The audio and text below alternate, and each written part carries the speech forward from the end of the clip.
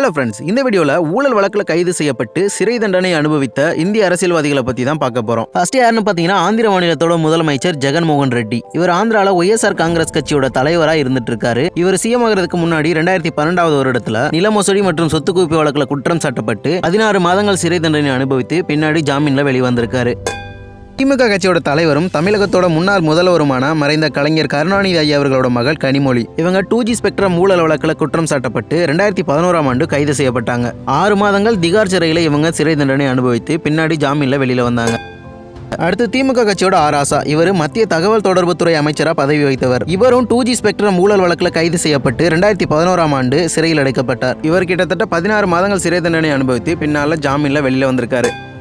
அடுத்து பாஜக கட்சியோட பொதுச் செயலாளரும் மத்திய உள்துறை அமைச்சருமான அமித்ஷா. இவர் மேல 2010 போலி என்கவுண்டர் வழக்கு, கொலை வழக்கு மற்றும் ஊழல் வழக்கு இப்படின்ற 3 வழக்குல கைது செய்யப்பட்டு 3 மாதங்கள் சிறை தண்டனை அனுபவிச்சிருக்காரு. 3 மாசத்துக்கு அப்புறம் இனிமே குஜராத் மாநிலத்துக்குள்ளே வரக்கூடாது அப்படின்னு ஒரு நிபந்தனை ஜாமீன்ல இவரை வெடிவைக்கிறாங்க.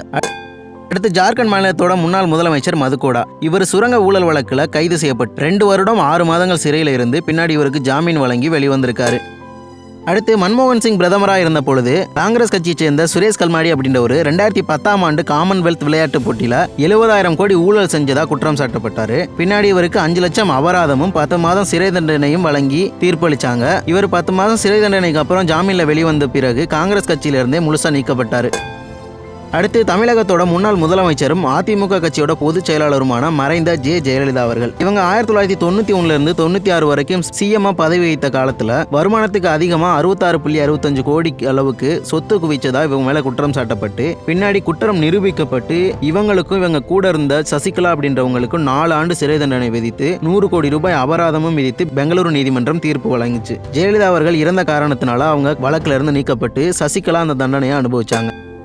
அடுத்து கர்நாடக மாநிலத்தோட முன்னாள் முதல்வரும் பாஜக கட்சியை சேர்ந்தவருமான எடியூரப்பா. இவர் சட்டவிரோதமா சுரங்க முறைகேடு ஊழல் வழக்கில் குற்றம் சாட்டப்பட்டு 2011 கைது செய்யப்பட்டு 23 நாட்கள் சிறையில் அடைக்கப்பட்டார். பின்னாடி இவருக்கு ஜாமீன் வழங்கப்பட்டுச்சு. அடுத்து முன்னாள் போக்குவரத்து துறை அமைச்சர் செந்தில் பாலாஜி. இவர் அதிமுக கட்சியில இருக்கும்போது போக்குவரத்து துறையில வேலை வாங்கி தருவதா கூறி பணம் பெற்று மோசடி செய்த வழக்குல இவர் 2023 அமலாக்கத்துறை கைது செஞ்சது. 2023 ஜூன் மாசம் கைது செய்யப்பட்ட இவர் இதுவரைக்கும் 13 முறை ஜாமீன் மனு அப்பீல் பண்ணியிருக்காரு. ஆனா 13 முறையுமே கோர்ட் இவரோட ஜாமீன் மனுவை நிராகரிச்சிருச்சு. இப்ப வரைக்கும் இவர் 6 மாதங்கள் சிறை தண்டனையை அனுபவிச்சுட்டு இருக்காரு. இவரோட ஜாமீன் மனு எல்லாத்தையுமே கோர்ட் ரிஜெக்ட் பண்ணிக்கிட்டே இருக்கு.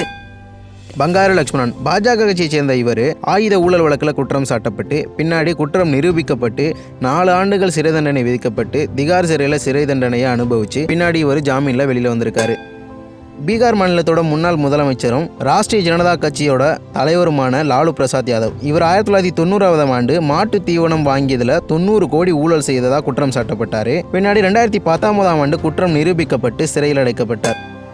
அடுத்து தற்போதைய திமுக உயர்கல்வித்துறை அமைச்சர் பொன்முடி. இவர் வருமானத்துக்கு அதிகமாக 1.75 கோடி ரூபாய்க்கு சொத்து சேர்த்ததா வழக்கு தொடரப்பட்டுச்சு. இந்த வழக்கில் பொன்முடி மற்றும் அவரோட மனைவி 2 பேருமே குற்றவாளியாக கருதப்பட்டு அவங்களுக்கு 3 ஆண்டுகள் சிறை தண்டனையும் விதிக்கப்பட்டுச்சு. இந்த நிலையில் உயர்கல்வித்துறை அமைச்சர் பொறுப்பு அமைச்சர் ராஜகண்ணப்பன்ட்ட வழங்கப்பட்டுச்சு. அதோட இந்த தண்டனையை மேல்முறையீடு செய்வதற்கான வாய்ப்புகள் அவங்களை கொடுக்கறதுக்காக 30 நாட்கள் இந்த தீர்ப்பு நிறுத்தி வைக்கப்பட்டிருக்கு. ஸோ அவ்வளோதான் ஃப்ரெண்ட்ஸ், இவங்கெல்லாம் ஊழல் வழக்கில் கைது செய்யப்பட்டு சிறையில் அடைக்கப்பட்ட அரசியல்வாதிகள். அண்ட் கடைசியாக நான் ஒன்று சொல்லிக்கிறேன், ஊழல் லஞ்சம் இதெல்லாம் தப்பு தான், நான் சொல்ல வரல. ஆனா தன்னோட உழைப்பால சம்பாதிக்காத எந்த ஒரு காசுமே நம்மளோடது கிடையாது. அது நமக்கு நிம்மதியும் தராது, நல்ல வாழ்க்கையையும் கொடுக்காது. அதுக்கான தண்டனையை இப்போ இல்லாட்டி எப்பவா இருந்தாலும் நம்ம அனுபவிப்போம். அந்த கர்மா நம்மளை சும்மா விடாது. ஸோ அவ்வளோதான் ஃப்ரெண்ட்ஸ், இந்த வீடியோ பிடிச்சதா மறக்காம like, comment, share and subscribe பண்ணிருங்க. தேங்க்ஸ் ஃபார் வாட்சிங் ஃப்ரெண்ட்ஸ்.